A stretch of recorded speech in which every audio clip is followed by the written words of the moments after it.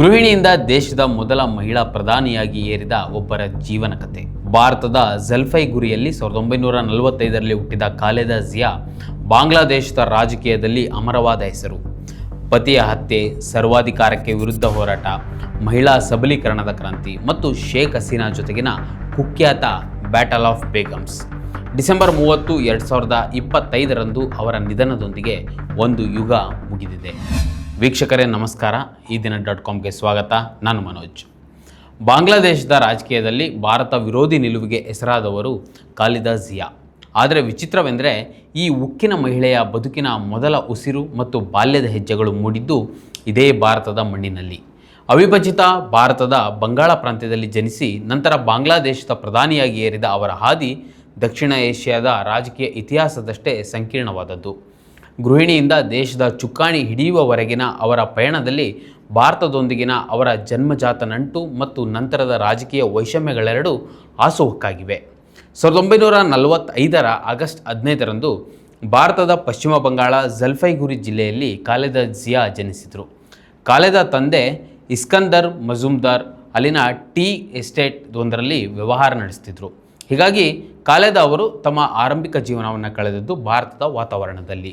1947ರ ದೇಶ ವಿಭಜನೆಯ ನಂತರ ಅವರ ಕುಟುಂಬ ಆಗಿನ ಪಾಕಿಸ್ತಾನದ ಭಾಗವಾದ ದಿನಾಜ್ಪುರಕ್ಕೆ ಅಂದರೆ ಈಗಿನ ಬಾಂಗ್ಲಾದೇಶಕ್ಕೆ ವಲಸೆ ಹೋಯಿತು.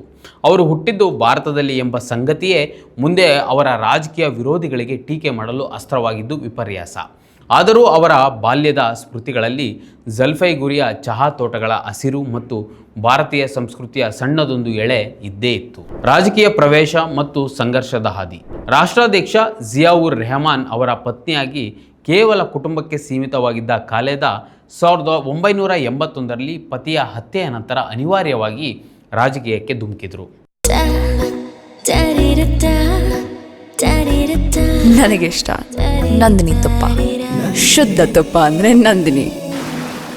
BNP ಅಂದರೆ ಬಾಂಗ್ಲಾದೇಶ ನ್ಯಾಷನಲಿಸ್ಟ್ ಪಾರ್ಟಿ ಅನಾಥವಾಗಬಾರ್ದೆಂಬ ಕಾರಣಕ್ಕೆ ನಾಯಕತ್ವ ವಹಿಸಿಕೊಂಡ ಅವರು ಅಂದಿನ ಮಿಲಿಟರಿ ಸರ್ವಾಧಿಕಾರಿ ಹುಸೇನ್ ಮೊಹಮ್ಮದ್ ಇರ್ಷಾದ್ ವಿರುದ್ಧದ ಪ್ರಜಾಪ್ರಭುತ್ವದ ಪರ ಹೋರಾಟದಲ್ಲಿ ತೋರಿದ ಧೈರ್ಯ ಅವರನ್ನು ಜನಸಾಮಾನ್ಯರ ನಾಯಕಿಯನ್ನಾಗಿ ರೂಪಿಸಿತು. ಪ್ರಧಾನಿ ಪಟ್ಟ. 1991ರಲ್ಲಿ ನಡೆದ ಚುನಾವಣೆಯಲ್ಲಿ ಗೆದ್ದು ಬಾಂಗ್ಲಾದೇಶದ ಮೊದಲ ಮಹಿಳಾ ಪ್ರಧಾನಿಯಾಗಿ ಅವರು ಇತಿಹಾಸ ನಿರ್ಮಿಸಿದರು. ಅವರ ಆಡಳಿತದಲ್ಲಿ ದೇಶ ಸಂಸದೀಯ ಪ್ರಜಾಪ್ರಭುತ್ವಕ್ಕೆ ಮರಳಿತು. ಗ್ರಾಮೀಣ ಬಡ ಕುಟುಂಬದ ಹೆಣ್ಣು ಮಕ್ಕಳಿಗೆ ಉಚಿತ ಶಿಕ್ಷಣ ಮತ್ತು ಶಾಲೆಗೆ ಹೋಗಲು ಪ್ರೋತ್ಸಾಹಧನ ನೀಡುವ ಅವರ ಯೋಜನೆ ಕ್ರಾಂತಿಕಾರಿಕವಾಗಿತ್ತು.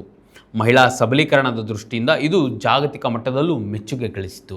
Battle of ಬೇಗಮ್ಸ್. ಖಾಲೆದಾ ಜಿಯಾ ಮತ್ತು ಶೇಖ್ ಹಸೀನಾ ನಡುವಿನ ದ್ವೇಷ ಬ್ಯಾಟಲ್ ಆಫ್ ಬೇಗಮ್ಸ್ ಎಂದೇ ಕುಖ್ಯಾತಿ ಪಡೆಯಿತು.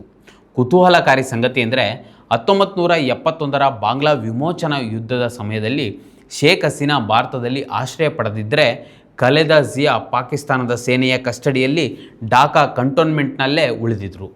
ಇದನ್ನೇ ಅವರು ತಮ್ಮ ರಾಜಕೀಯದ ಭಾಷಣಗಳಲ್ಲಿ ನಾನು ಯುದ್ಧದ ಸಮಯದಲ್ಲಿ ದೇಶ ಬಿಟ್ಟು ಓಡಿ ಹೋಗಲಿಲ್ಲ ಎಂದು ಹೇಳಿಕೊಳ್ಳಲು ಬಳಸಿಕೊಂಡರು. ಈ ಇಬ್ಬರೂ ನಾಯಕಿಯರ ಜಗಳ ದೇಶದ ಆರ್ಥಿಕತೆಗೆ ಮತ್ತು ಶಾಂತಿಗೆ ದೊಡ್ಡ ಪೆಟ್ಟು ನೀಡಿತು. ವಿವಾದಗಳು, ಭ್ರಷ್ಟಾಚಾರದ ಆರೋಪಗಳು. ಖಾಲೆದಾ ಜಿಯಾ ಅವರ ಆಡಳಿತ ಭ್ರಷ್ಟಾಚಾರದ ಆರೋಪಗಳಿಂದ ಮುಕ್ತವಾಗಿರಲಿಲ್ಲ. ಅವರ ಪುತ್ರ ತಾರಿಕ್ ರೆಹಮಾನ್ ಆಡಳಿತದಲ್ಲಿ ಅನಗತ್ಯ ಹಸ್ತಕ್ಷೇಪ ಮಾಡಿದ್ರು ಎಂಬ ಆರೋಪ ಬಲವಾಗಿತ್ತು. ಜಿಯಾ ಆರ್ಫನೇಜ್ ಟ್ರಸ್ಟ್ ಹಣ ದುರುಪಯೋಗ ಪ್ರಕರಣದಲ್ಲಿ ಅವರಿಗೆ ಜೈಲು ಶಿಕ್ಷೆಯೂ ಆಯಿತು. 2024ರಲ್ಲಿ ಅವಾಮಿ ಲೀಗ್ ರ್ಯಾಲಿಯ ಮೇಲೆ ನಡೆದ ಗ್ರೆನೇಡ್ ದಾಳಿಯ ಹಿಂದೆ BNP ಕೈವಾಡವಿದೆ ಎಂಬ ಆರೋಪ ಅವರ ವರ್ಚಸ್ಸಿಗೆ ಮಸಿ ಬೆಳೆಯಿತು. ಮೂಲಭೂತವಾದ ಪಕ್ಷಗಳೊಂದಿಗೆ ಮೈತ್ರಿ. 2001ರಲ್ಲಿ ಅಧಿಕಾರ ಹಿಡಿಯಲು ಕೆಲವು ಮೂಲಭೂತವಾದಿ ಪಕ್ಷಗಳೊಂದಿಗೆ ಅವರು ಮಾಡಿಕೊಂಡ ಮೈತ್ರಿ ದೊಡ್ಡ ವಿವಾದಕ್ಕೆ ಕಾರಣವಾಯಿತು. ಭಾರತದಲ್ಲಿ ಹುಟ್ಟಿದವರಾದರೂ ಅವರ ರಾಜಕೀಯ ನಿಲುವು ಭಾರತಕ್ಕೆ ಕಂಟಕವಾಗುವಂತಹ ಶಕ್ತಿಗಳನ್ನು ಬೆಳೆಸಿತು. ಅವರ ಆಡಳಿತದಲ್ಲಿ ಅಲ್ಪಸಂಖ್ಯಾತ ಹಿಂದೂಗಳ ಮೇಲೆ ನಡೆದ ದೌರ್ಜನ್ಯಗಳನ್ನು ತಡೆಯಲು ವಿಫಲರಾಗಿದ್ದು ಅವರ ಆಡಳಿತದ ಕಪ್ಪು ಚುಕ್ಕೆ. ಭಾರತದೊಂದಿಗಿನ ಸಂಬಂಧ. ಇಲ್ಲಿ ಒಂದು ದೊಡ್ಡ ವಿರೋಧಾಭಾಸವಿದೆ. ಖಾಲೆದಾ ಜಿಯಾ ಹುಟ್ಟಿದ್ದು ಭಾರತದಲ್ಲಾದರೂ ಅವರ ರಾಜಕೀಯ ಬೆಳೆದದ್ದು ಭಾರತ ವಿರೋಧಿ ಅಲೆಗಳ ಮೇಲೆ. ಅವಾಮಿ ಲೀಗ್ ಗೆದ್ದರೆ ಬಾಂಗ್ಲಾ ಭಾರತದ ಗುಲಾಮವಾಗುತ್ತದೆ ಎಂದು ಪ್ರಚಾರ ಮಾಡುವ ಮೂಲಕ ಅವರ ರಾಷ್ಟ್ರೀಯವಾದಿ ಮತಗಳನ್ನು ಸೆಳೆಯುತ್ತಿದ್ದರು. ಅವರ ಕಾಲದಲ್ಲಿ ಈಶಾನ್ಯ ಭಾರತದ ಪ್ರತ್ಯೇಕವಾದಿಗಳಿಗೆ ಬಾಂಗ್ಲಾದಲ್ಲಿ ಆಶ್ರಯ ಸಿಗುತ್ತಿದೆ ಎಂಬ ಆರೋಪವನ್ನು ಭಾರತ ನಿರಂತರವಾಗಿ ಮಾಡುತ್ತಿತ್ತು. ಆದರೂ ನೆರೆಹೊರೆಯ ವಾಸ್ತವವನ್ನರಿತು ಕೊನೆಯ ಹಂತದಲ್ಲಿ ದ್ವಿಪಕ್ಷೀಯ ವ್ಯಾಪಾರಕ್ಕೆ ಸಂಬಂಧಿಸಿದಂತೆ ಭಾರತದೊಂದಿಗೆ ಕೆಲವು ಹೊಂದಾಣಿಕೆಗಳನ್ನು ಮಾಡಿಕೊಂಡಿದ್ದರು. 2018ರಲ್ಲಿ ಭ್ರಷ್ಟಾಚಾರ ಪ್ರಕರಣದಲ್ಲಿ ದೋಷಿಯಾಗಿ ಜೈಲು ಸೇರಿದ ಖಾಲಿದ ತೀವ್ರ ಅನಾರೋಗ್ಯದ ಕಾರಣದಿಂದ ಕೊನೆಯವರೆಗೂ ಗೃಹಬಂಧನ ಮತ್ತು ಆಸ್ಪತ್ರೆಯಲ್ಲೇ ಬದುಕು ಕಳೆದರು. ಶೇಖ್ ಹಸೀನಾ ಭಾರತಕ್ಕೆ ಪಲಾಯನ ಮಾಡಿ ಮೊಹಮ್ಮದ್ ಯೂನಿಸ್ ಅಧಿಕಾರ ಸ್ವೀಕರಿಸಿದ ನಂತರ ಸಾಯುವ ಕೊನೆ ದಿನಗಳ ಮುನ್ನ ಬಂಧನದಿಂದ ಬಿಡುಗಡೆಯಾಗಿದ್ದರು. ಇತಿಹಾಸದ ಪುಟಗಳಲ್ಲಿ ಖಾಲಿದ ಜಿಯಾ ಅವರದ್ದು ಕೇವಲ ಒಬ್ಬ ರಾಜಕಾರಣಿಯ ಕಥೆಯಲ್ಲ. ಅದು ಭಾರತದಲ್ಲಿ ಹುಟ್ಟಿ ಬಾಂಗ್ಲಾದಲ್ಲಿ ಬೆಳೆದು ಅಲ್ಲಿನ ರಾಜಕೀಯದ ದಿಕ್ಕನ್ನೇ ಬದಲಿಸಿದ ಮಹಿಳೆಯೊಬ್ಬರ ಗಾಥೆ. ಸರ್ವಾಧಿಕಾರವನ್ನು ಮೆಟ್ಟಿ ನಿಂತು ದೇಶನೇತ್ರಿ ಅಂದರೆ ದೇಶದ ನಾಯಕಿ ಎನಿಸಿಕೊಂಡ ಅವರು ಅಧಿಕಾರದ ಲಾಲಾಸೆ ಮತ್ತು ತಪ್ಪು ರಾಜಕೀಯದ ಆಯ್ಕೆಗಳಿಂದ ಪತನವನ್ನು ಕಂಡರು.